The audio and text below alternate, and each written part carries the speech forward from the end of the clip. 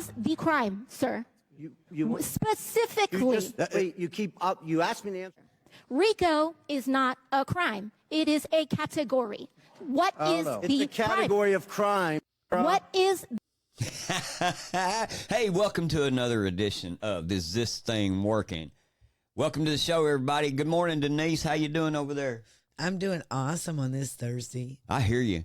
Well, hey, everybody. Welcome to another, like I said, another riveting episode of Is This Thing Working?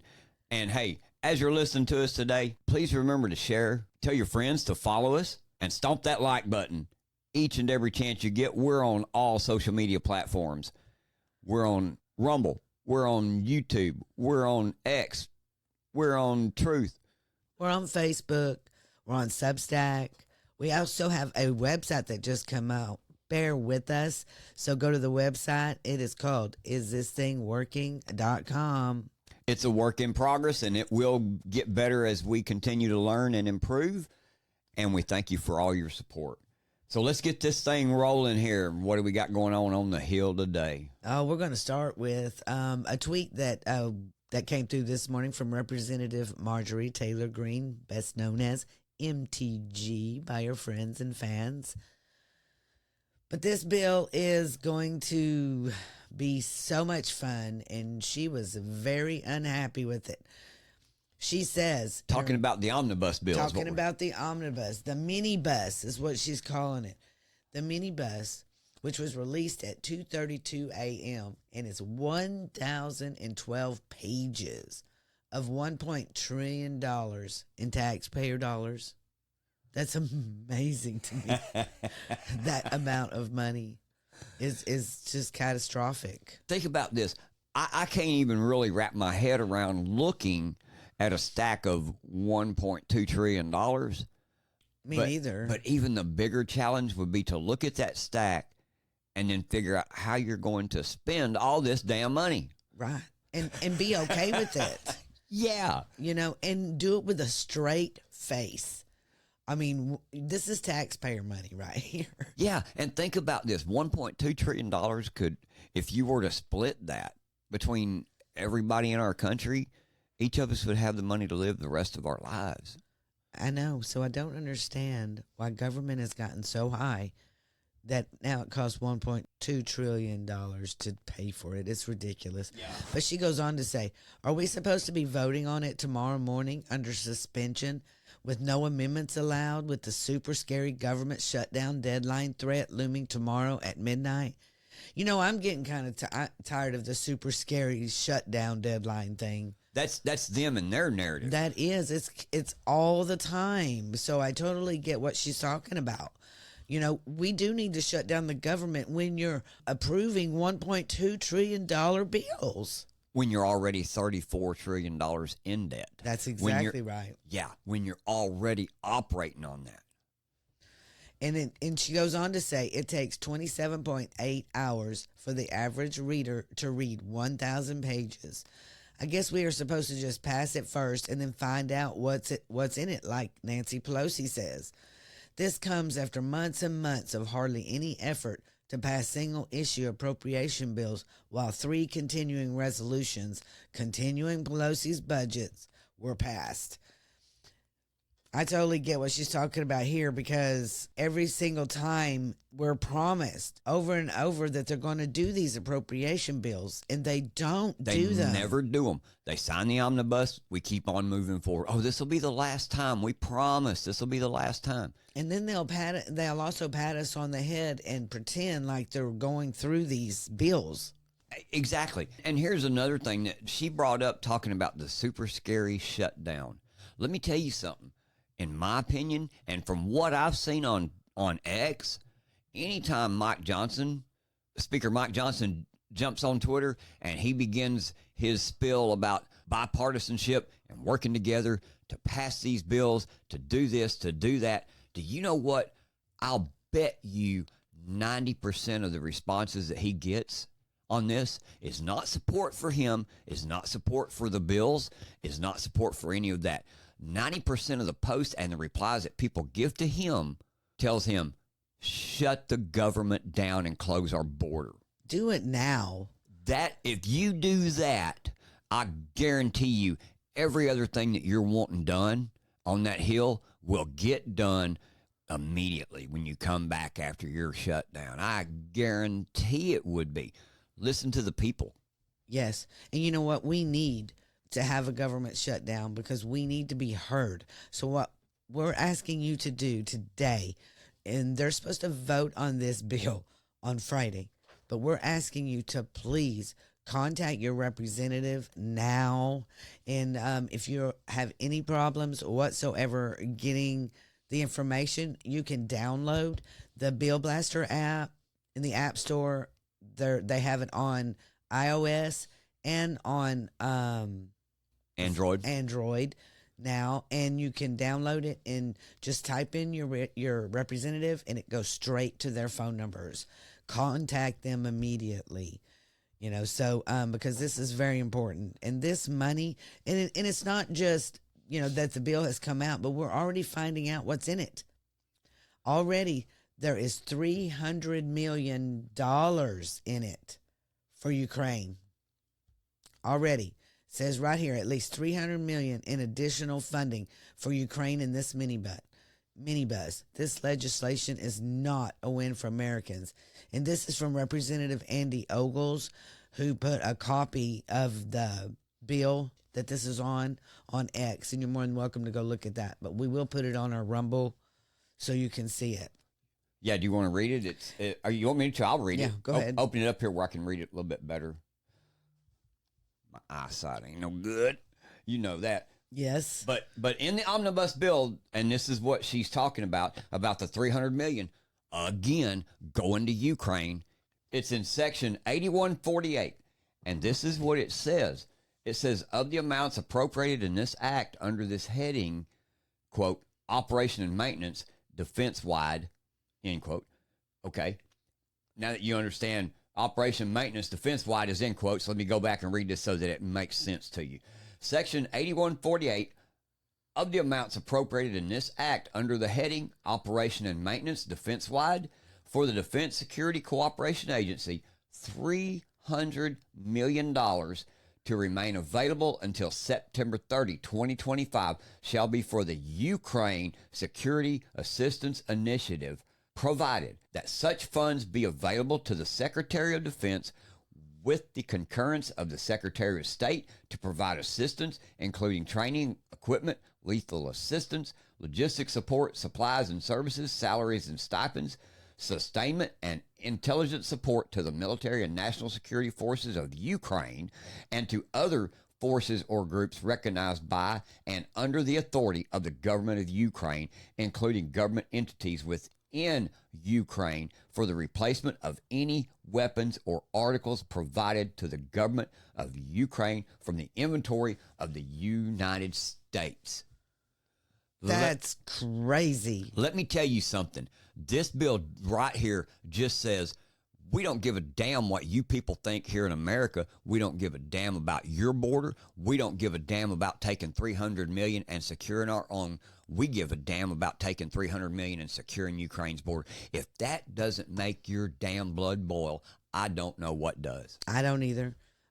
So please take that anger and go straight to your representative and tell them, heck no. You said politely, didn't you? I did say it politely. I said it politely because I'm a lady. I'm a lady.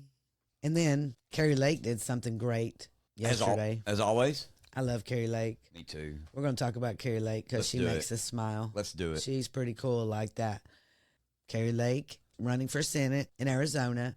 Mark Fincham went out for Attorney General in Arizona. And Kari Lake went out for the governor, and they both lost their races, supposedly. We don't believe they lost their races because Arizona has very, very horrible elections. And we really continue to believe she didn't lose the election. She's the governor. Because she's fighting them in court. She has been fighting them in court this whole time. Since 2022, actually. From Just the News, I have this article that says U.S. Senate candidate Kari Lake and Mark Fincham, a former Arizona state representative, want the U.S. Supreme Court to weigh in on their rejected lawsuit, which argues that electronic machines in certain Arizona counties are a violation of constitutional rights. This right here is huge, and everyone needs to pay very close attention to this right here. And really pray that the Supreme Court justices really take this up. Kari Lake's case against machines in 2024 was dismissed by a federal court in Arizona on the grounds that it was too speculative. Ninth Court upheld that absurd decision on an appeal. Last week, Kari Lake and Kurt Olson filed at the SCOTUS on an appeal. But last night, they filed the appendix with stunning new evidence found in the links below. But what I'm going to do is read a couple key points of the evidence that is going to be heard for the Supreme Court. Maricopa County's elections are terrible over there in Arizona, man. So the number one point is Maricopa County's election software used in the 2020 and 2022 elections has been altered with respect to the machine behavior settings that govern how ballots are read and tabulated. Yep, remember the wrong size ballots that everything was printed on? Everything was printed on there wrong. And I'm getting this from Patrick Byrne. He wrote these points down on X. So I just wanted to hat tip him. He did a lot of work here. And then he goes on to say, point 2, the EAC never approved this altered software. In Maricopa's many previous representations that this election software is EAC certified, included in the Arizona Senate, are false. So as this point right here, the election software was never certified. They knew that it was never certified, but continued on anyway. Yes. Yeah. Wow. Yeah, I mean, it's constant. Number 3, knowingly modifying election software without approval or certification pursuant to 16-442 is a felony under Arizona law. Number 4, Dominion's operative contract with Maricopa states, in quotes, data generated by the Democracy Suite platform, including results reporting, is protected by the deployment of FIPS approved symmetric AES encryption. Well, that's a mouthful. Close quote. Hope you understood that. That was really kind of confusing even to me. But Dominion is obviously, their contract states one thing and they're doing another. Yeah, and basically their contract says that we're going to go with what their numbers are regardless. Yeah. Whether, they're correct or not. And going back to the third point, knowingly modifying election software without approved or certification pursuant to that is what? A felony. It's a felony. See, these are the things that I don't understand, how you can go into court to argue these things, see this action happen, and it is described as a felony, as against the law. How can you walk into court, state these facts to a judge, and that judge not go, yeah, you're right? How does that not happen anymore? And how do they say that they have no standing? Exactly. I don't understand that. They don't have no standing. They do have standing. This is something they've put their heart and soul into, these races, money, thousands and millions of dollars, and they continue to say they have no standing. Yeah. Well, and I guess it goes back to what we've been talking about even the other day with all the things we see going on in our country. One of the biggest things we see in our country is a corrupt justice system and a corrupt court system, and they've all been captured. Yes. I mean, they have been. They've been captured.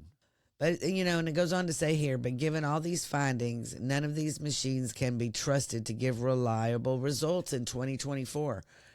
And I totally agree with that. There is no way that in 2024 that anyone's going to trust the elections. And exactly, because just like what we learned in 20 and 22, they can modify the machines to do whatever they want them to do. Manipulation. That's what they do. Just like with bringing in the wrong size paper stock for the ballots, they modified the machine to continue forward instead of stopping the process right there and fixing the problem. Exactly. And I think maybe all of the residents of Arizona would have been fine to have waited 30 days for them to fix the problem on the correct paper stock. That's what they like use, they're supposed to do. I know.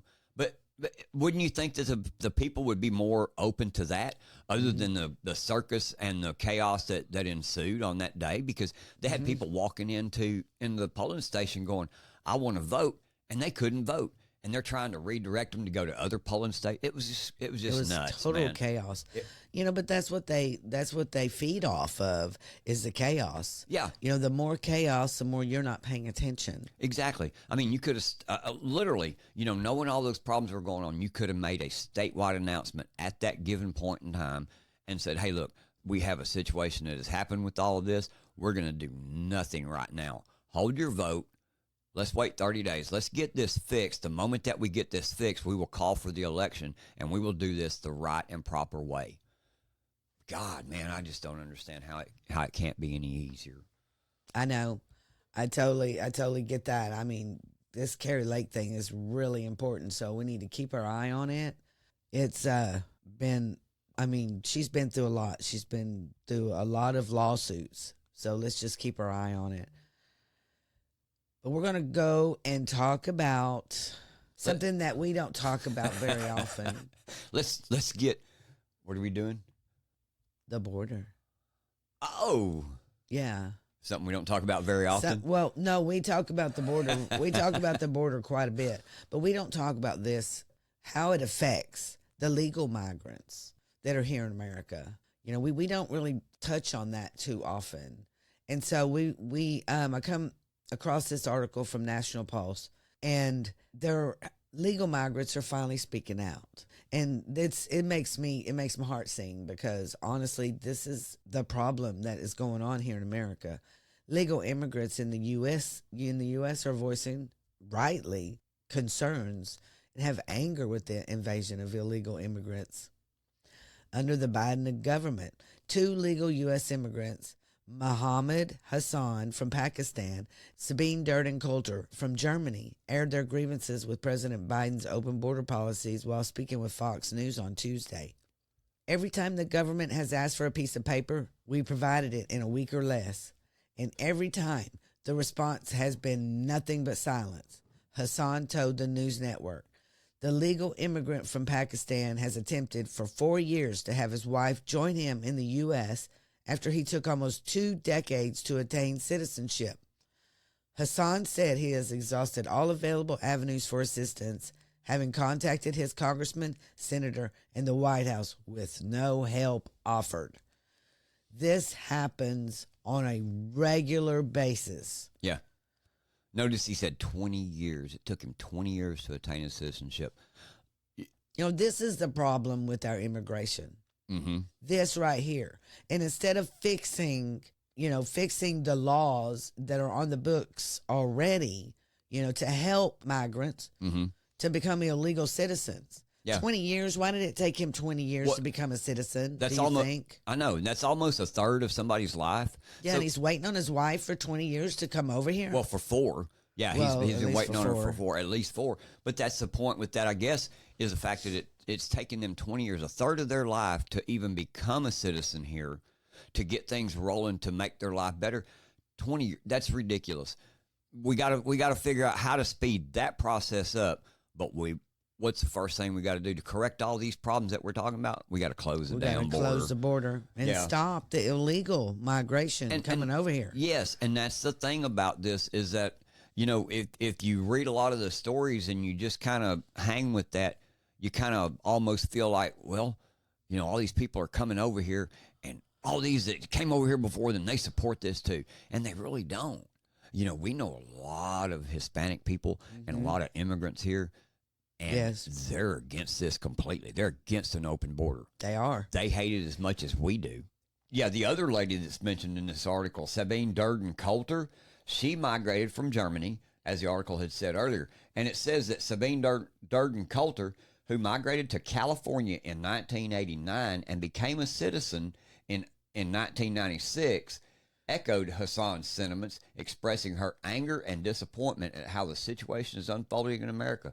Her life was tragically impacted in 2012 when her son Dominic was killed in an accident by an illegal immigrant.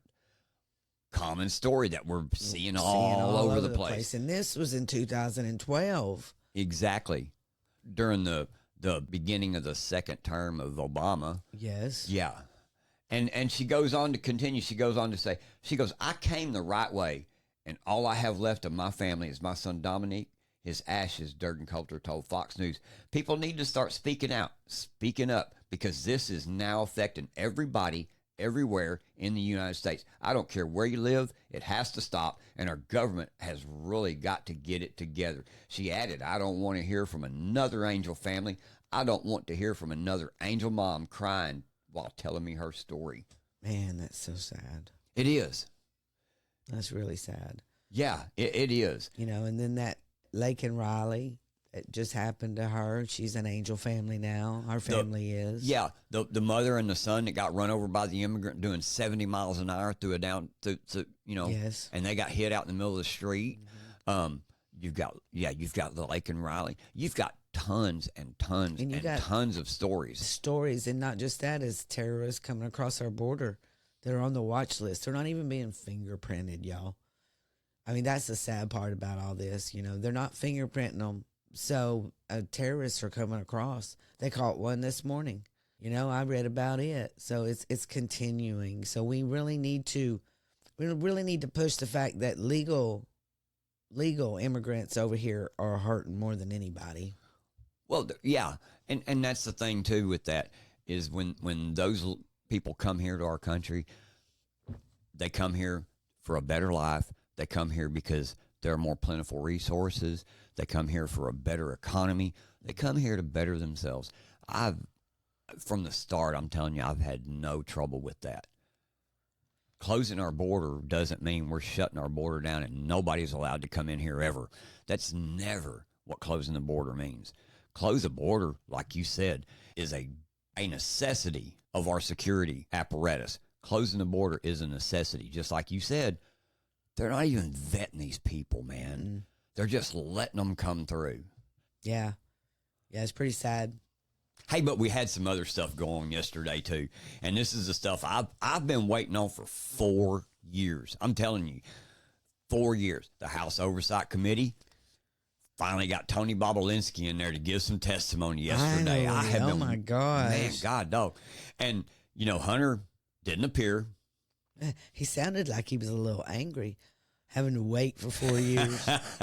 He was on it. Who, man. Bobulinski? Yeah. Yes, he was. I enjoyed him. I enjoyed watching him because finally people were listening to him. Finally, he got to get in front of everybody and give his statement, you know, and to tell the Congress, hey, you were wrong.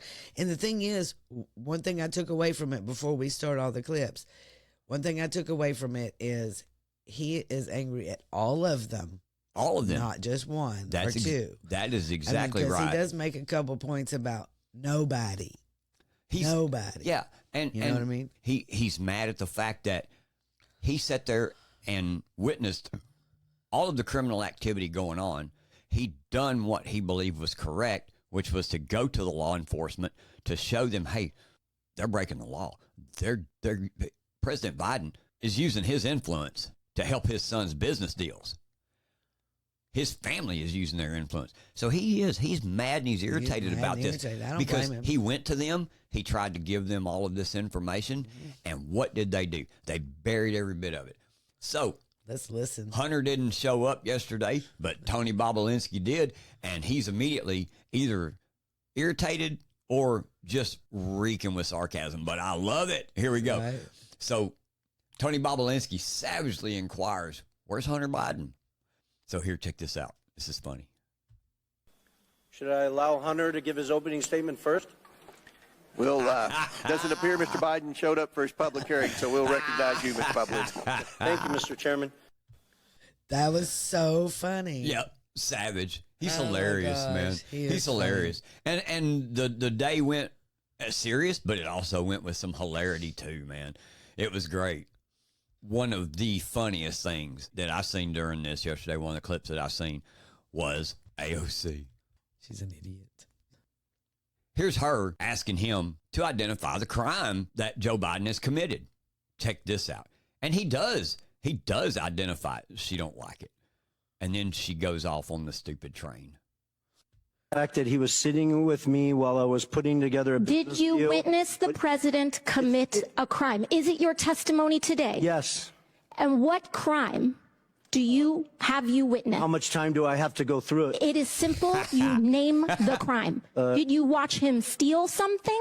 Corruption statutes, RICO and conspiracy. What is the crime, sir? You Specifically. you asked me to answer the question. I answered the question. No. RICO, you're obviously not familiar with. Corruption Excuse me, statutes. sir. Excuse me, sir. Excuse me, sir. RICO is not a crime. It is a category. What is It's the a category of crimes that you're then charged. You have charges. Long 100. You have charges. Sir, please Want me to name the name. exact statute Sir, under RICO? yes. Well, it's funny. In this committee room, everyone's not here. There's over 8 All right, sir. I reclaim my lawyers that I went to reclaim law my school. time. I'll leave-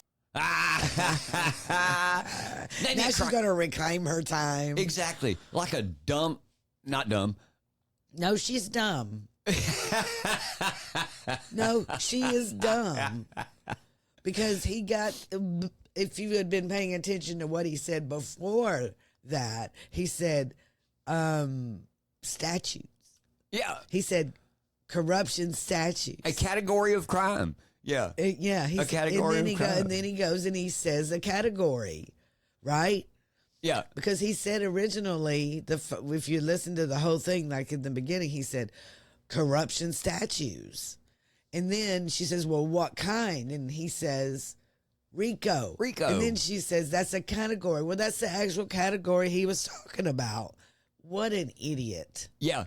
She's a dumb idiot. What crime? RICO. Oh, that's a category. Wait. What crime? What? She had to come up with something fast on that one, didn't she? Idiot. But as the day went on, there was chaos. There was all kinds of stuff that went on.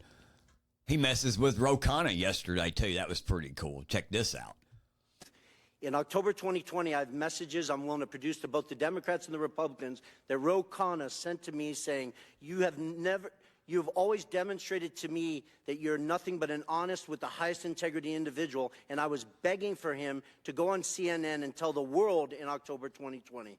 I have extensive emails with Congressman Ro Khanna in 2021 and 2022 where I begged him and his staff to sit down with me and look at my BlackBerry phones that the Democrats are so focused on, to hire forensics experts and go through all of the factual information I had. So the fact that he did not even address me and then scurried out of here is disgusting to me. All right. Sorry, Mr. Donalds. I'll answer your question now. All right. Awesome. Once again, he comes in here, man, and he's calling out their lies and their hypocrisies and their cover-up. He's calling it out, man. And Ro Khanna, instead of being man enough to stand there and take it and listen to it, he gets up and walks out, man. What a coward. He is a coward. They're all cowards. They and are. what they do behind the scenes, they don't want you to call them out. You're not allowed to say their names. Nope. And it goes on. It even gets better because House Oversight Committee hearing, it gets even better because the hearing goes off the rails when Hunter Biden's business partner, Tony Bobulinski, calls out Raskin and Dan Goldman for lying on behalf of the Biden crime family. Total chaos. Yet the same people preaching this mantra know better. They continue to lie directly to the American people without hesitation and remorse. Rep. Dan Goldman and Jamie Raskin, both lawyers, and Mr. Goldman, a former prosecutor with the SDNY from New York, will continue to lie today in this hearing and then go straight to the media to tell more lies.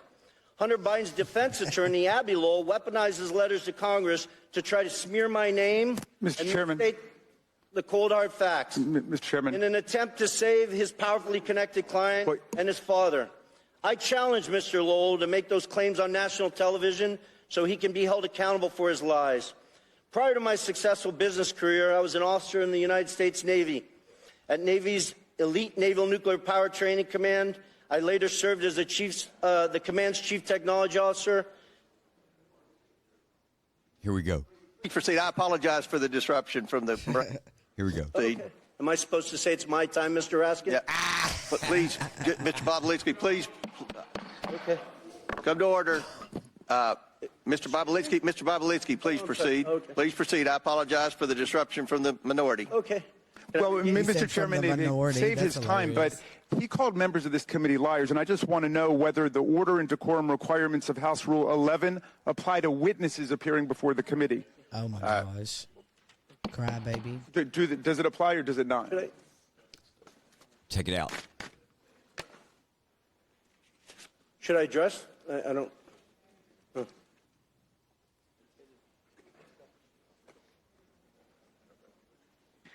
There's decorum from the members. We've asked for that. There's no language that I'm aware of pertaining to a witness. Thank you.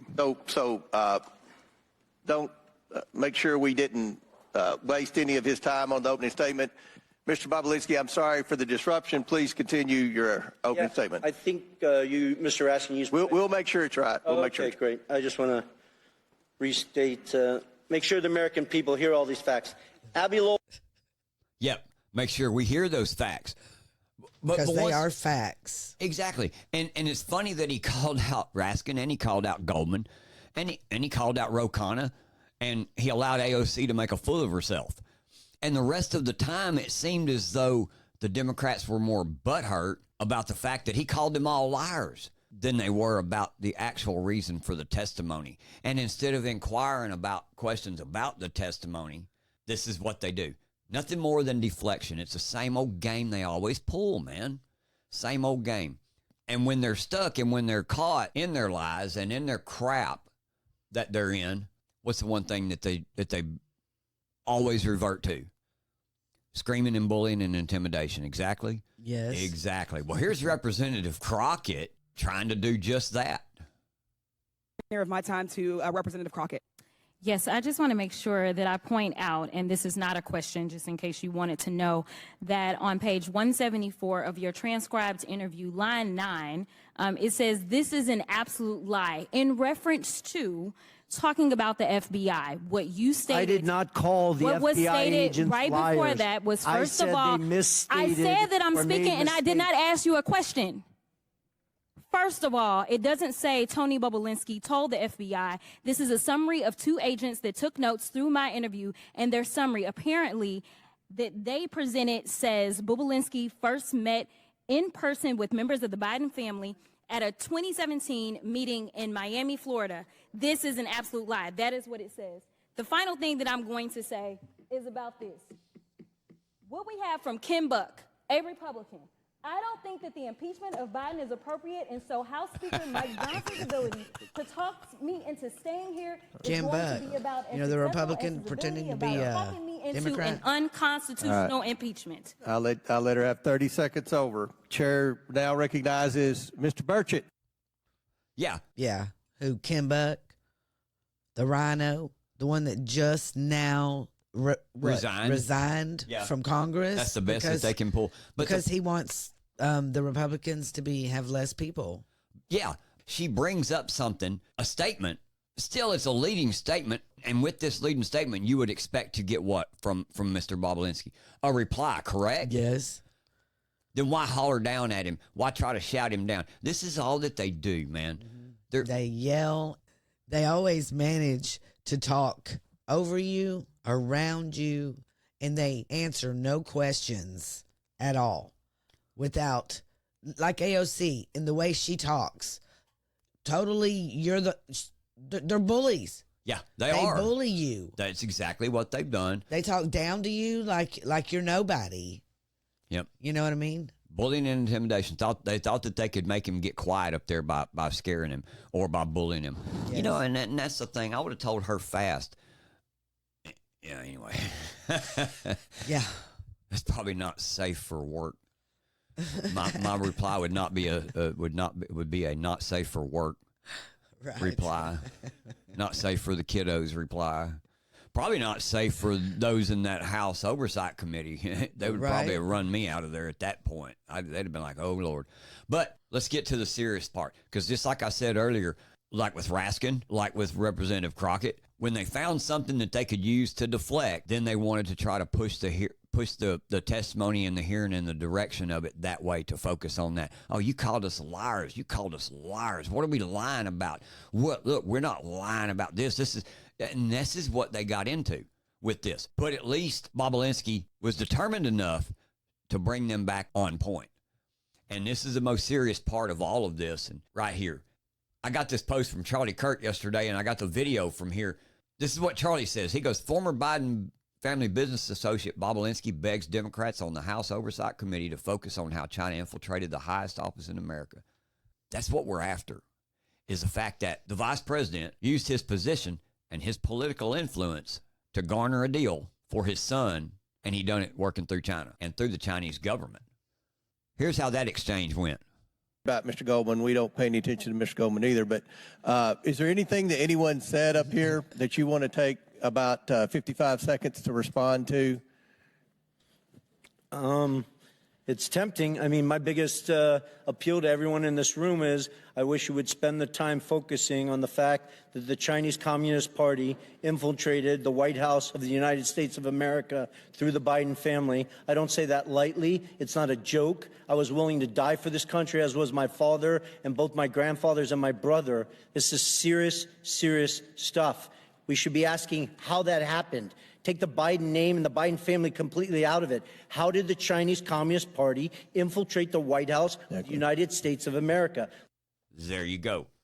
That's the important part of this entire hearing, is how did this happen? We know how it happened. Yes, Joe Biden benefited from Hunter and James Biden money schemes. Yeah, they did. And James Biden perjured himself during his testimony. Yes. Here's the truth about what happened. Let's give MTG's part on this first. Here's MTG's response. This message doesn't call Zhang Chairman Zhang, does it? It just says the Chinese want to do business with the Bidens. As a matter of fact, it says both coming to be my partner, to be partners with the Bidens, with an S. He, Zhang, is implied, has implied that the number one has made it clear and available to him. Who is the number one? The number one is Xi Jinping. Xi Jinping, the president of China? Yes or no? The leader of the Communist Party, the CCP? Yes. Is the number one? Yes, that's the number one that Hunter was referencing in that message. And now, after we've heard all of this, here is the actual truth about every bit of this. And this comes from, what's his name? Thomas Del Beccaro. Yeah, Thomas Del Beccaro on X pointed out these 8 points. I'm just going to read a few because we've all heard about the James Biden wrote a Joe Biden a check for $40,000. Yes, we all know about all that. That's the number one thing. These are the truths. Joe Biden admitted he did not have sufficient funds to make the $40,000 alleged loan payment on his own.